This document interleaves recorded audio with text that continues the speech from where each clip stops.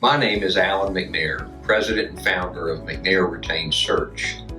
My primary audience today are hiring authorities, those of you that are in a position to hire construction talent for your organization. The competition for hiring construction talent has never been fiercer. I'd like to start off with a brief illustration, a story by Martin Laird in a book that I'm reading. There were these two young fish swimming along, and they happened to meet an older fish swimming the other way, who nods at them and says, "Morning, boys, how's the water?" So the two young fish, they swim on for a bit, but then eventually one of them looks to the other and goes, "What in the hell is water?" A simple enough story. An older, presumably wiser fish is completely aware of his surroundings, while the two younger fish are completely unaware of their surroundings. So whether you're aware of it or not, there is some dynamics happening in the hiring market today in the post-recession era like never before. If we were in a group setting, I would ask for a show of hands of those of you that have interviewed a candidate recently, maybe the last couple of years. You like the candidate, you tried to contact them for the second interview, and they disappeared. It's happening more and more these days, and there's actually a term for it. It's called ghosting. It's when they virtually vanish after the first interview.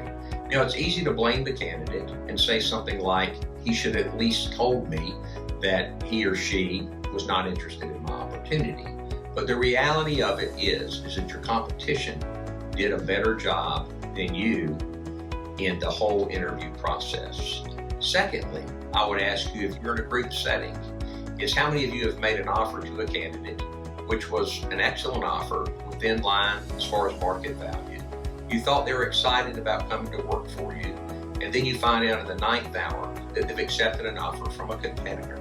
Again, easy to blame the candidate, say he should have at least let me know he was interviewing with other companies. But the reality of it is, again, is that you got beat out in the interview process, that your competition did a better job than you. And last but not least, and this is happening virtually every month with companies that I represent, is they make an offer to a candidate. He accepts it. There's a firm start date. I mean, the offer is signed, it's sealed, it's delivered. The organization is excited about this new person coming on board. And then when it comes to the final day for them to start, they don't show up. Why? Because they accepted a counteroffer from their existing organization. Creates a lot of embarrassment. It's very awkward for your organization, but it is happening more and more these days.